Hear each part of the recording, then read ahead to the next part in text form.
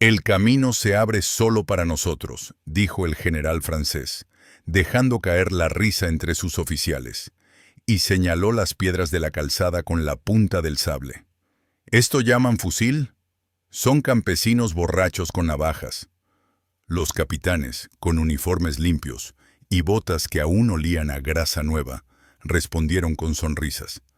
La vanguardia avanzó sin mirar a los lados, como si el valle fuera un salón y la sierra un decorado para su desfile. Nadie en ese campamento lo sabía todavía, pero esa risa iba a morir en cuestión de horas. Lo que llamaron chatarra iba a hacerlo sangrar. Esa confianza era pólvora mojada y estaba a punto de prenderse. El aire estaba quieto, demasiado quieto para tanto orgullo derramado. A un lado del camino, detrás de muros bajos cubiertos de musgo, una sombra esperó a que la soberbia terminara de hablar. El silencio español ya estaba afilado. En la ladera, manos endurecidas pasaban pólvora a una cazoleta con cuidado de no derramar ni un grano. Un viejo mosquete, bruñido por años de uso y de espera, descansaba contra la piedra. Las culatas tenían marcas de familia, iniciales talladas a cuchillo. Una mujer pellizcó la mecha, sopló y la dejó lista. Sus dedos, negros de humo, no temblaron. Un muchacho alzó la vista y tragó saliva. Sudor frío, polvo pegado, el olor de cuero sudado en el morral. Habían quitado el metal brillante de las hebillas, cubriéndolo con tela para que no delatara nada. A pocos pasos, bajo unas encinas, un cura contuvo la respiración y alzó la mano, palma abierta, pidiendo paciencia. La vanguardia bajaba confiada. La sierra la miraba como mira el mar a quien no sabe nadar. Los españoles apretaron la mandíbula. Nadie retrocedió. El plan era simple, tosco, letal. Llevaban semanas oyendo que serían barridos, que esa bandera iba a caer bajo el peso de águilas bordadas y tambores marciales. Venían de arrasar ciudades en Europa, de marchar sin obstáculo, y creyeron que aquí sería igual. No entendían este suelo. Piedra que se parte y hiere, calle angosta que muerde las ruedas, puente que no perdona el empujón. El general francés ordenó apurar el paso, levantó la mano y su guante brilló al sol. Un tambor chisporroteó redobles en la garganta del valle, y los cascos de los caballos retumbaron como si tocaran el techo del mundo. Fue entonces cuando la sierra habló con voz de madera, de hierro viejo y de pólvora negra. Un solo disparo, seco, cortó el aire como un cuchillo de cocina. Las aves levantaron vuelo. El primer francés no tuvo tiempo de insultar. Cayó con la sorpresa del que creía andar sobre alfombras. Los que venían detrás aún sonreían cuando la segunda descarga dobló el sonido. Se escuchó el golpe sordo de plomo contra hueso y la vibración de una culata contra la clavícula de quien disparó. El humo salió denso, blanco y amargo, pegándose a la garganta. Nadie gritó en español. Solo se oyeron órdenes susurradas, pasos que cambiaron de piedra, un crujido de rama. Los franceses buscaron con la vista un enemigo que no se dejaba enseñar. Un caballo se negó, resopló y se echó hacia atrás. El oficial joven quiso hacer un discurso. La bala le arrancó la gabardina y lo sentó en el polvo.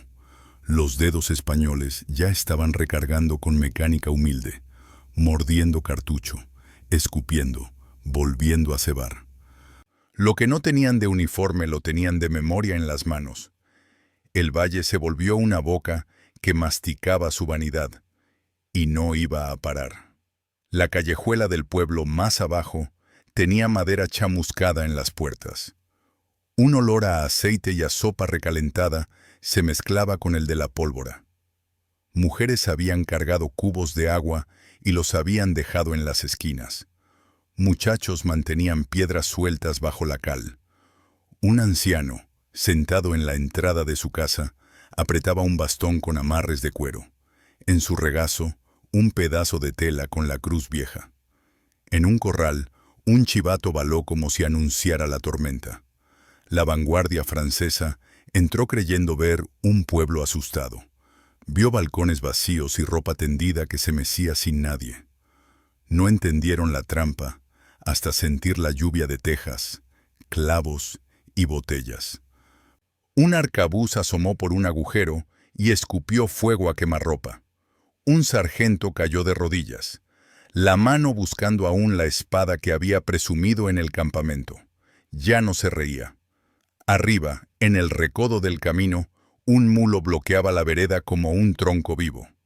La montura estaba vacía, pero las alforjas reventaban de piedras que rodaron sobre botas demasiado limpias. Los franceses, ordenados como en un manual, intentaron abrir en abanico. Un hilo de alambre, invisible a ras del suelo, hizo caer a los primeros como si alguien hubiera cortado sus sombras. Los que cayeron soltaron gritos con acento de París y de provincia.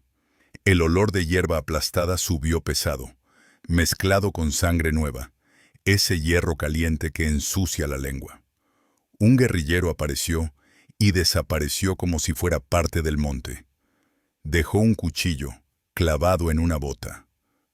El capitán francés levantó su sable para dar ejemplo. El sable hizo un arco hermoso y estéril contra el aire. Un disparo lo bajó del caballo. Su gorra con escarapela quedó torcida en el barro. No era un milagro, era obstinación. Eran meses de escuchar botas ajenas pasando frente a las puertas, de ver requisadas las mulas, de sentir el hambre apretar. La respuesta no tenía trompetas ni clarines, pero tenía un pulso decidido. Manos con uñas negras, nudillos blancos de quien aprieta la bandera y no la suelta, ojos que aprenden a ver en la sombra. Una madre ató el cabello de su hijo con un cordel y le pasó un saquito de pólvora como quien pasa pan. Un herrero rezó sin palabras mientras tanteaba el cañón de un arma recalentada. En el campanario, sin tocar las campanas, un muchacho contaba respiraciones.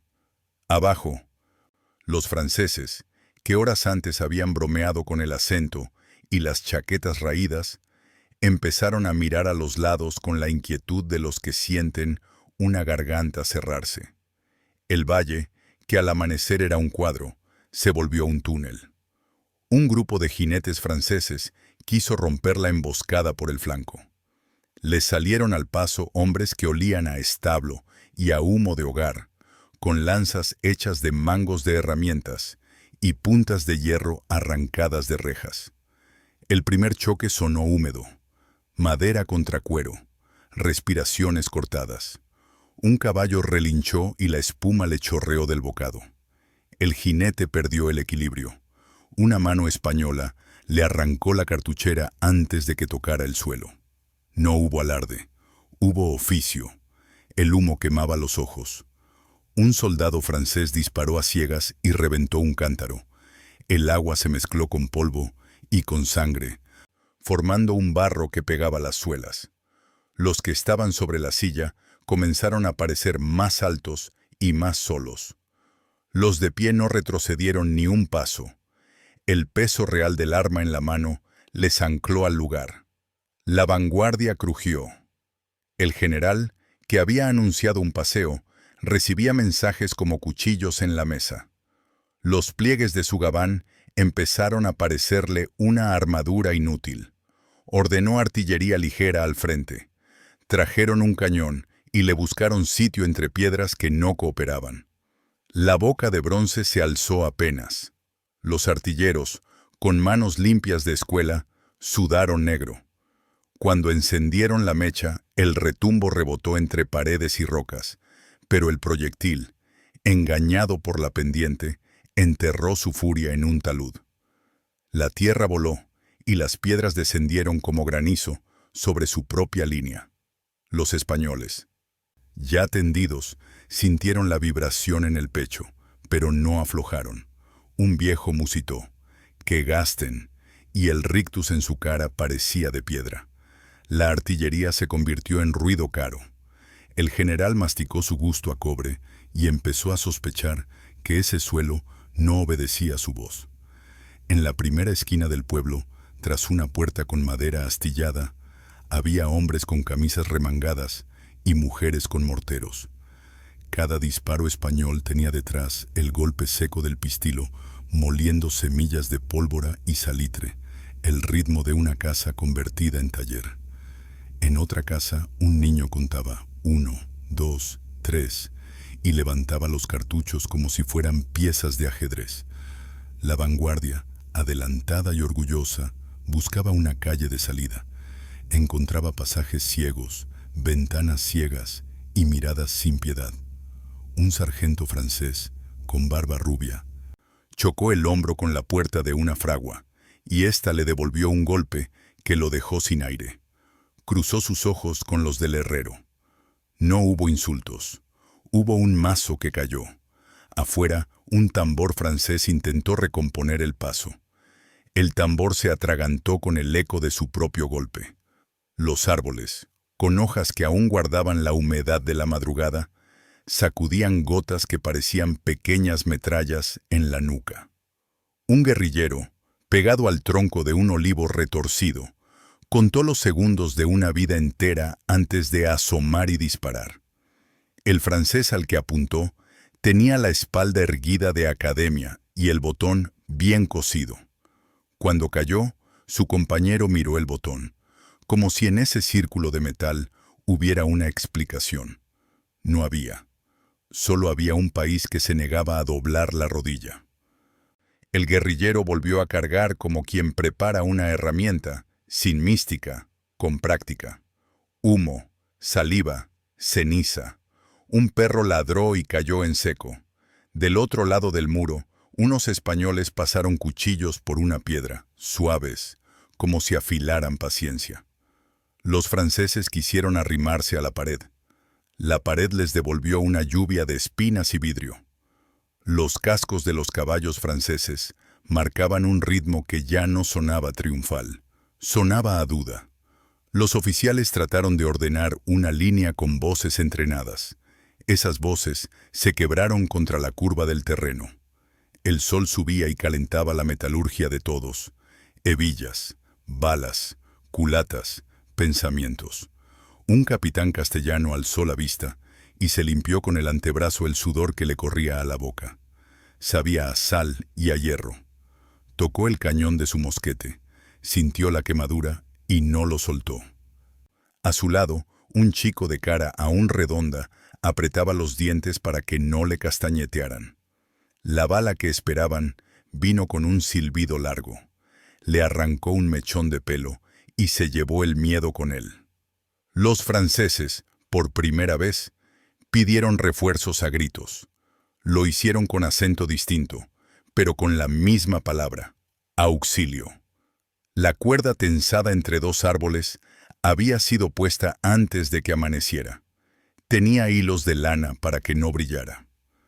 La primera carga de infantería francesa la cruzó como quien corta agua. La segunda se enredó hasta las rodillas. De pronto, los cuerpos se volvieron torpes, como si el suelo les negara el consentimiento. Fue entonces cuando aparecieron sombras con garrotes y cuchillos cortos. El ruido que siguió fue denso, carente de héroes de cartel. Madera contra hueso, aliento en la cara, hoja en la tela. Un francés intentó rezar, le salió un nombre. Otro levantó las manos. Una piedra le desordenó el gesto. El olor a pólvora fue cediendo a un olor más viejo: cuero, sudor, tierra abierta. Cuando la cuerda cayó, ya quedaban menos casacas azules en pie. Las águilas bordadas siguieron brillando, pero por inercia. El orgullo se les había empolvado en minutos. Por el puente de piedra, el río pasaba debajo como un secreto. Encima, el general francés decidió demostrar que aún dominaba el guión. Ordenó cruzar de a 3, bayonetas al frente. Sus botas resonaron en la losa como tambores vacíos. En la otra orilla no había banderas. Había sacos de grano apilados y agujeros negros esperando boca arriba. Cuando 3 cruzaron, 3 no volvieron. El cuarto quiso saltar la baranda. La baranda lo devolvió con esquirlas en las manos. Los españoles no lanzaron vivas, lanzaron plomo, piedra y silencio. Un muchacho de chaqueta parda cerró un ojo para afinar la puntería. Cuando disparó, la culata le golpeó el hombro con la honestidad de un amigo. Sintió el hueso entero, ardido. Sonrió apenas, por dentro, con los labios agrietados. El río siguió con su secreto. El general guardó el sable. Ya no apuntó al horizonte. La vanguardia se desmoronó como miga de pan en sopa caliente. Lo que en el mapa era una flecha segura, se volvió un borrón. Los mensajeros franceses, que habían llegado altivos, comenzaron a trotar con los ojos bajos, atentos a cualquier sombra. Uno de ellos se topó con un niño que llevaba una cesta. El niño no se apartó. La cesta ocultaba un puñado de piedras envueltas en ropa. El francés levantó una mano, quizá para un gesto de paz. La piedra le respondió con un golpe en la boca del estómago. No era crueldad, era saldo. Entre las encinas, un español sin insignias miró el caos y marcó con la mano un movimiento pequeño. Alguien entendió y cerró una salida. El humo ya no era nube, era pared. Los franceses empezaron a toser con esa tos que no elige momento. Los tambores, antes mandones, ahora suplicaban orden en voz baja. Cuando por fin llegó un refuerzo francés, encontró el camino sembrado de sus propios cascos rotos y charreteras arrancadas. Vio su bandera enrollada bajo un cuerpo y se preguntó por qué el viento había dejado de soplar para ellos.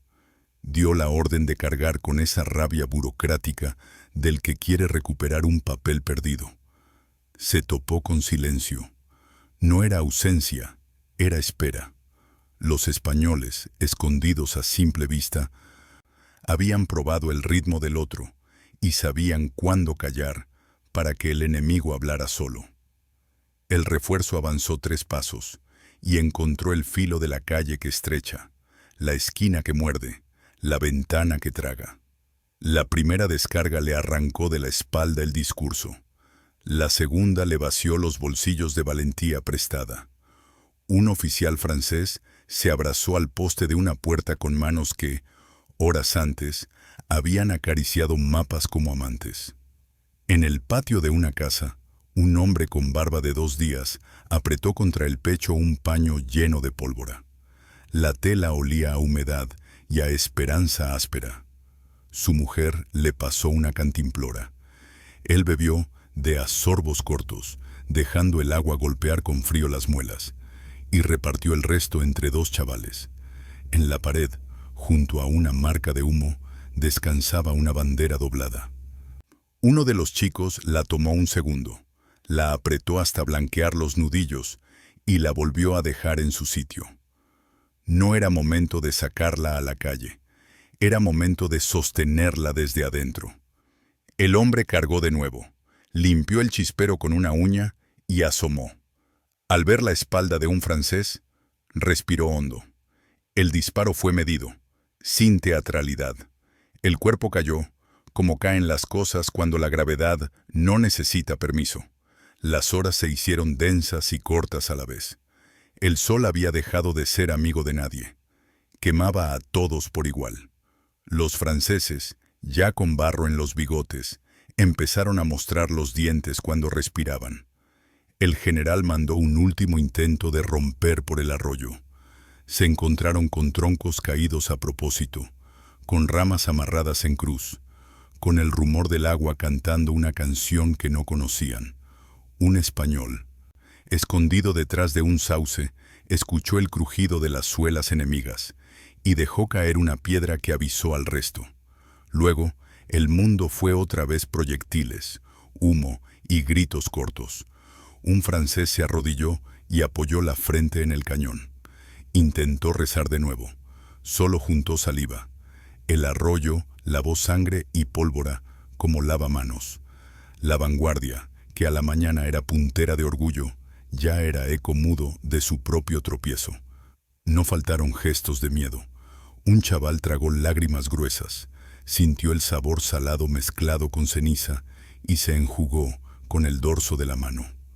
Apretó los dientes hasta que los oyó crujir y siguió. Un viejo tuvo el pulso temblón al cebar y tuvo que respirar hondo para acertar. Pero ninguno soltó el arma. El miedo fue brasa, no ceniza. Fue cuerda tensa que sostiene el peso. Mientras tanto, del lado francés, las mascarillas de la arrogancia se descosían. Un capitán se sacó el guante con los dientes, como si el cuero le quemara. Miró sus manos y las vio suyas por primera vez en el día. El suelo parecía levantarse contra ellos a cada paso. Un mulero español soltó un «vamos», que sonó como un trueno, y la emboscada siguió su ritmo. Ese pulso seco, irregular, que hace perder el paso a quien llega de desfile. El aire olía a polvo de teja, a cebada aplastada y a sudor de miedo viejo. Un francés apoyó la espalda en una pared, creyendo encontrar descanso. La cal le dejó una marca blanca en la chaqueta azul. Le dio por pensar que esa mancha lo delataría en París más que cualquier cicatriz. Luego un golpe seco le borró la reflexión. No hubo tiempo para dramatismos. La carga que quiso organizar el general se deshizo al primer angosto. Una veintena de hombres intentó avanzar por fila de a dos. La calle los convirtió en uno detrás de otro, y ese uno fue cayendo, primero de frente, luego de costado, hasta que los de atrás empujaban cuerpos y ya no sabían si avanzaban o enterraban. Un grito pidió médicos. El eco le respondió con risas de pájaros. Del lado español, alguien masticó una miga de pan. Tenía el paladar seco. Siguió en su puesto. El general francés por fin entendió que había entrado en una casa ajena sin tocar. Miró sus botas, con barro español hasta la caña. Se acordó de sus maestros, de marchas que siempre terminaban con banderas desplegadas y vítores ensayados. Ahora solo escuchaba el arrastre áspero de sus propias suelas.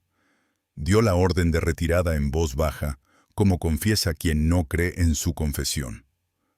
Los mensajeros llevaron la noticia como llevan brasas en paños finos, sin saber dónde dejarlas. Los que estaban al frente sintieron el viento cambiar de cara. Los españoles no persiguieron de inmediato. Dejaron que el terreno, su aliado más fiel, siguiera cobrando cuentas. Una raíz mal vista, un peldaño desigual, una sombra que oculta un charco profundo.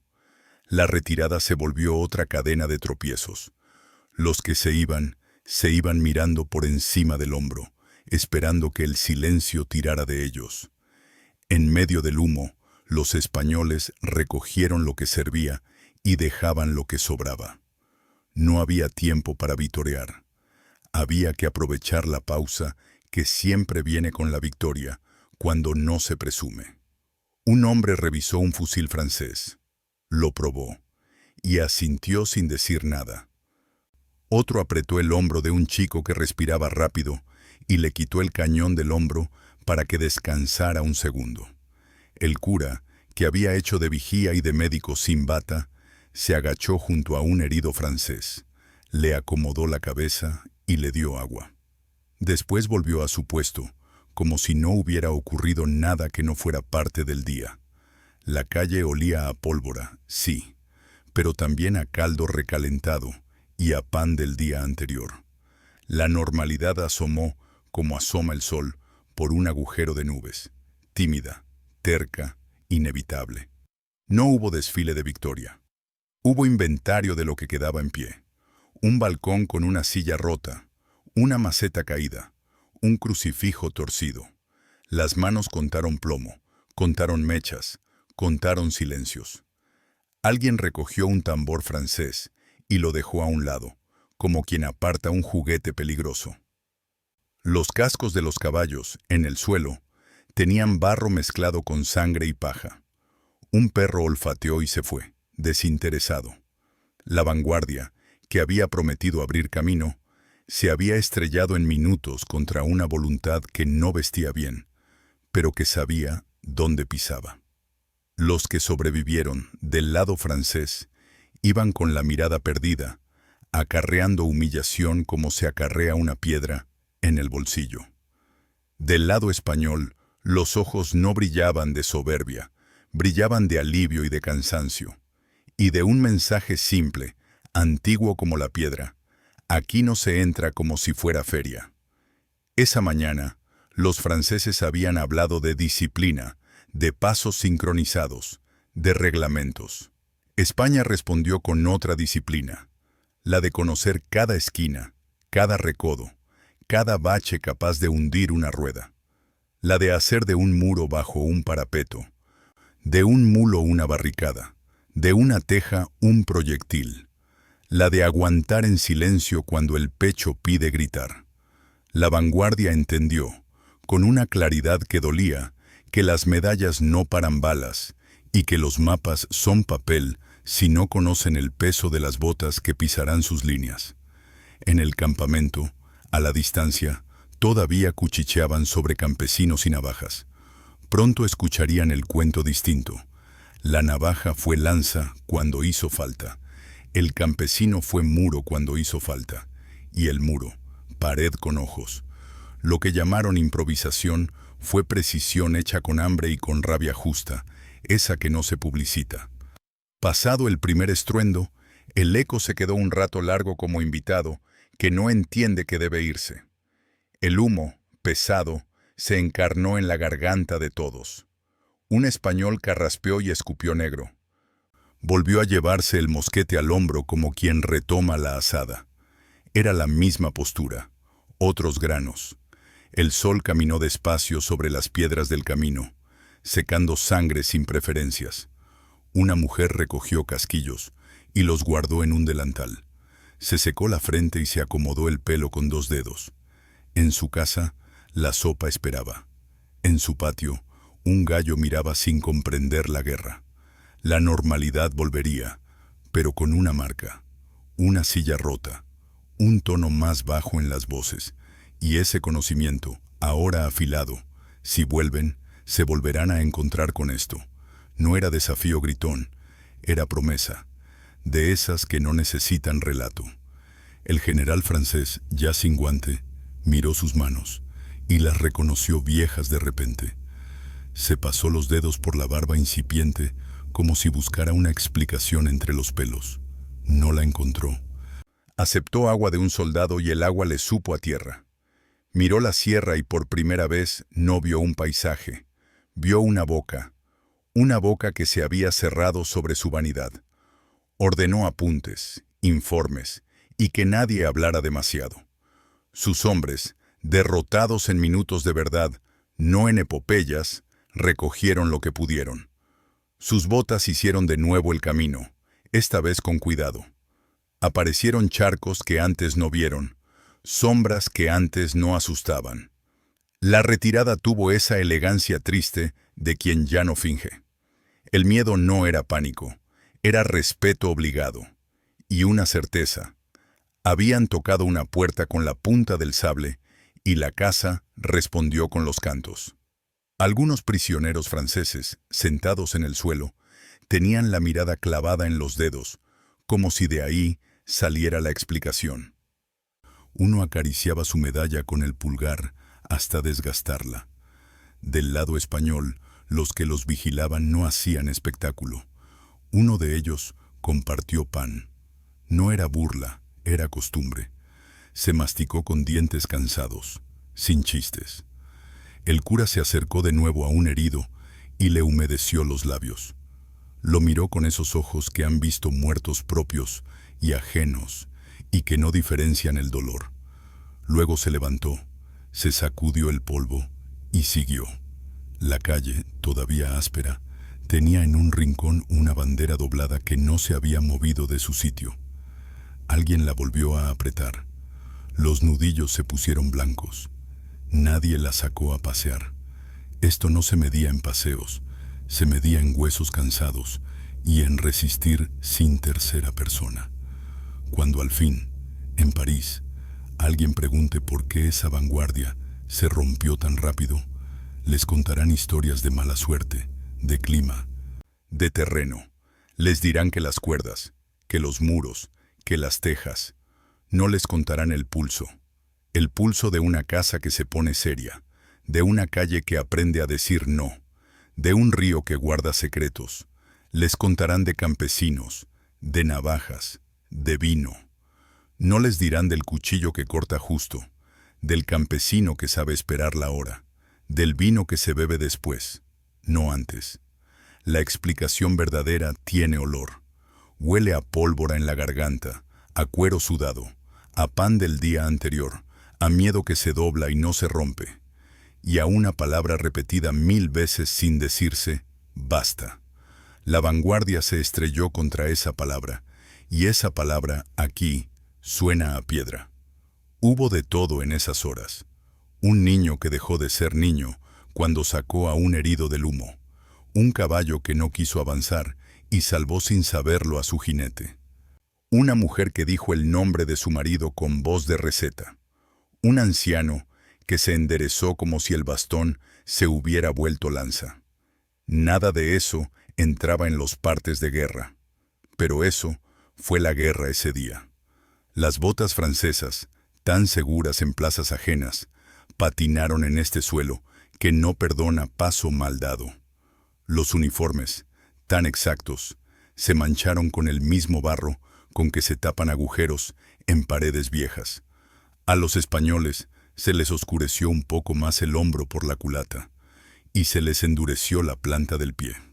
Fue el precio de no retroceder. Lo pagaron sin descuentos.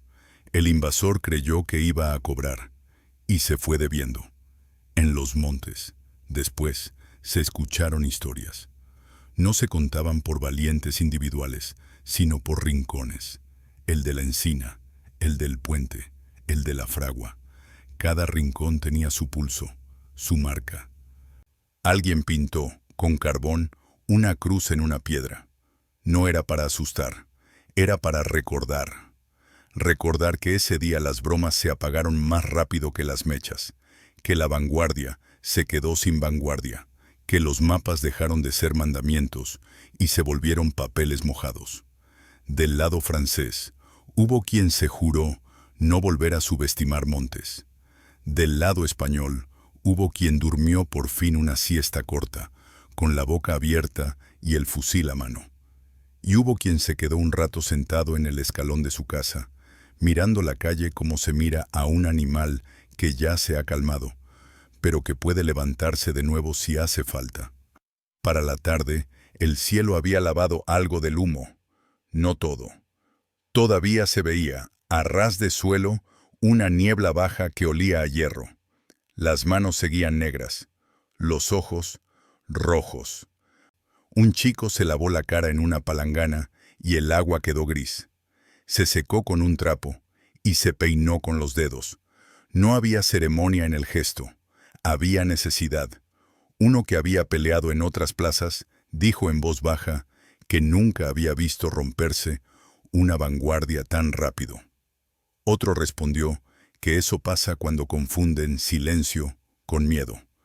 El comentario quedó flotando como quedan las palabras que no buscan aplauso. En el borde del pueblo, un árbol tenía incrustada una bala. Un niño la señaló con un dedo y dijo que ahí la dejarían, como un ojo, para ver quién vuelve, para que el que vuelva se sepa observado por madera vieja. El general francés dictó a su ayudante frases de excusa. Escribió sobre confusiones de terreno, sobre intempestivos enemigos irregulares, sobre falta de cooperación de la población. No escribió sobre la risa de la mañana. Sobre esa risa, el papel se negaba a aceptar tinta.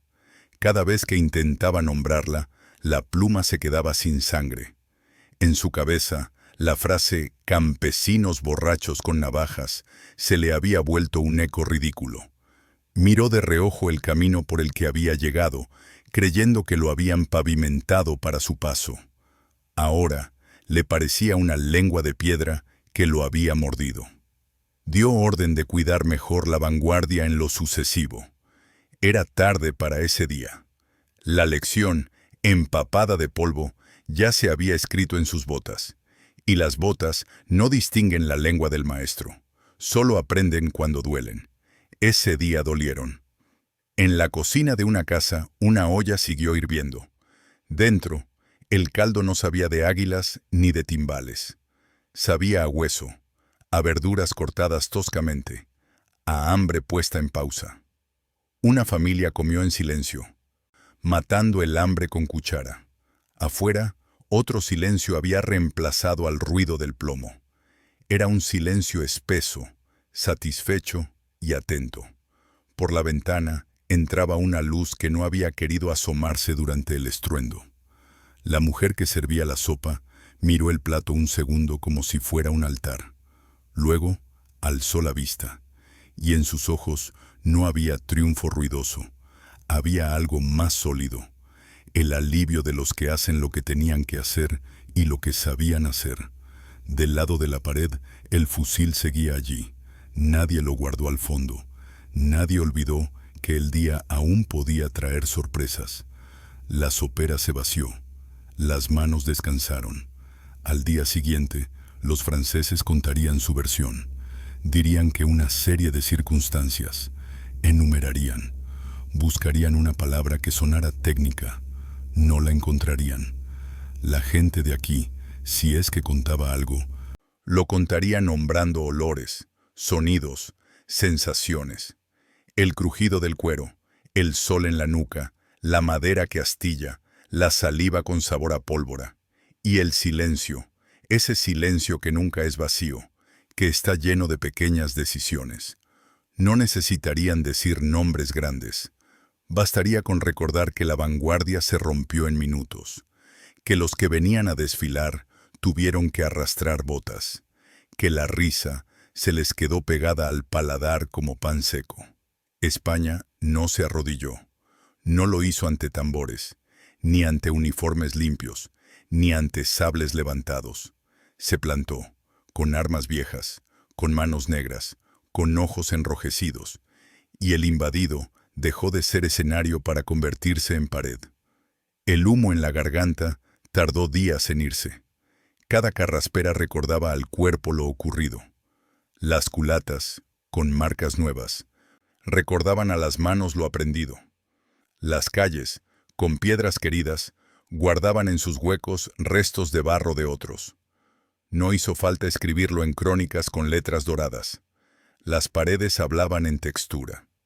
Si algún francés, perdido, volviera a pasar por allí, la sombra de ese día le saldría al paso con el primer crujido.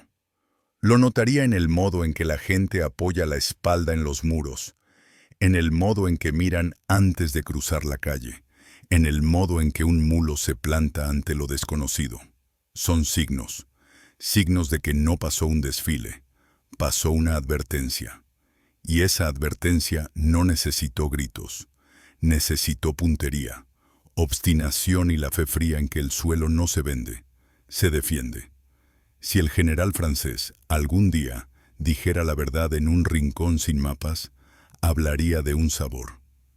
El sabor a metal en la boca cuando el miedo se hace líquido, el sabor a polvo cuando el orgullo se hace arena. Diría que la vanguardia, su vanagloria, se quebró como vidrio fino después de una canción mal cantada. Diría que se burló, y que el eco le respondió con una bofetada. Diría que España no parecía grande en números, pero que pesaba. Pesaba en cada piedra, en cada esquina, en cada mirada que no baja.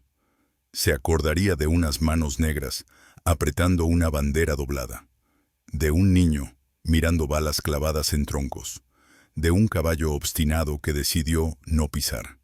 Y quizá, si le quedara un resto de dignidad, admitiría que aquí aprendió a no reírse antes de saber con quién estaba hablando. En los días que siguieron, se barrió la calle, se enderezaron puertas, se repararon tejas. Los cuerpos fueron a donde van los cuerpos, cuando los nombres ya no pesan. La vida, porfiada, volvió a mostrarse en cosas pequeñas. El chirrido de una noria, el canto de una gallina, el golpe de una alfombra sacudida. Pero en cada gesto había una capa nueva. La capa de quienes saben que, cuando haga falta, la casa se volverá nuevamente trinchera, la sopa se dejará para después y la palabra basta se afilará sin pronunciarse. La vanguardia enemiga, aquella nube azul que entró pensando en desfile, había dejado jirones en zarzas, plumas en el barro, risas rotas en la calzada. Y el mensaje quedó mordido en la piedra del puente, semejante a una inscripción sin letras. Lo que entró como mandón, salió como aprendiz. Y lo que parecía silencio era, en realidad, voz. Los franceses, camino de vuelta, hablaban poco. A veces uno maldecía, otro culpaba a alguien, otro se callaba hasta olvidarse de su propia voz. Sus botas, con barro español seco, guardaban el polvo como trofeo al revés. El general, al pasar por la entrada del valle, giró la cabeza y no encontró en sí mismo el valor de sostener la mirada. Los oficiales dejaron de hacer bromas en voz alta. Las manos buscaron agua sin preguntar. Alguno, más joven, recogió del suelo una piedra lisa y la metió en el bolsillo. Quizá, sin saber por qué, se llevó el peso. Del otro lado, el pueblo siguió. No hubo persecución amarga. Hubo calma que no descansa. La voz que no se oyó dijo más que cualquier arenga. Aquí no se entra gratis. Y si entran, pagan. Pagaron. Pagaron con minutos que parecieron siglos, con sangre que parecía de otros, y descubrieron que era suya. Un día después, la sierra volvió a su canto. El viento, otra vez, peinó las hierbas altas. Las encinas siguieron doblando ramas como siempre, pero el camino, ese camino de piedra que parecía neutral, guardaba una memoria que no se borra con cualquier lluvia. Cada grieta, cada mancha, cada miga endurecida tenía una historia que contar. Contaba la historia de un general que creyó que los mapas mandan sobre los pueblos, de una vanguardia que se cree cuchillo y descubre que hay maderas que no se dejan. Contaba el temblor de dedos jóvenes, el pulso de manos viejas, el susurro de quien da la orden sin levantar la voz, y el país, cansado pero erecto, volvía a decirlo sin decirlo. No se afloja, no se abraza al invasor como a un pariente. Se le enseña la puerta. Si insiste, se le muestra el suelo, con su nariz, si hace falta. Así se quedaron, por un tiempo, los relatos, no con nombres de plazas extranjeras, sino con nombres de rincones, no con discursos sobre grandezas, sino con sabores de pan viejo y olor a pólvora. Quienes pasaron por allí bajaban la voz sin saber por qué. Había respeto en el aire, un respeto al que no le encanta que lo celebren. El eco repetía, cuando el viento quería, esa frase inicial transformada. ¿Esto llaman fusil?, dijo uno. Sí, respondió la sierra. Y llama también puerta, y cuenco, y herramienta, y memoria. La vanguardia dejó de ser una palabra cómoda en bocas cómodas. Fue aquella cosa que se adelanta demasiado y se rompe. España, firme, lastimada pero erguida, siguió en su sitio, sin querer convencer a nadie, solo dejando que el que quiera entender, entienda. Porque el invasor dejó de reír, y los que se quedaron supieron que el precio, aquí, nunca es menor.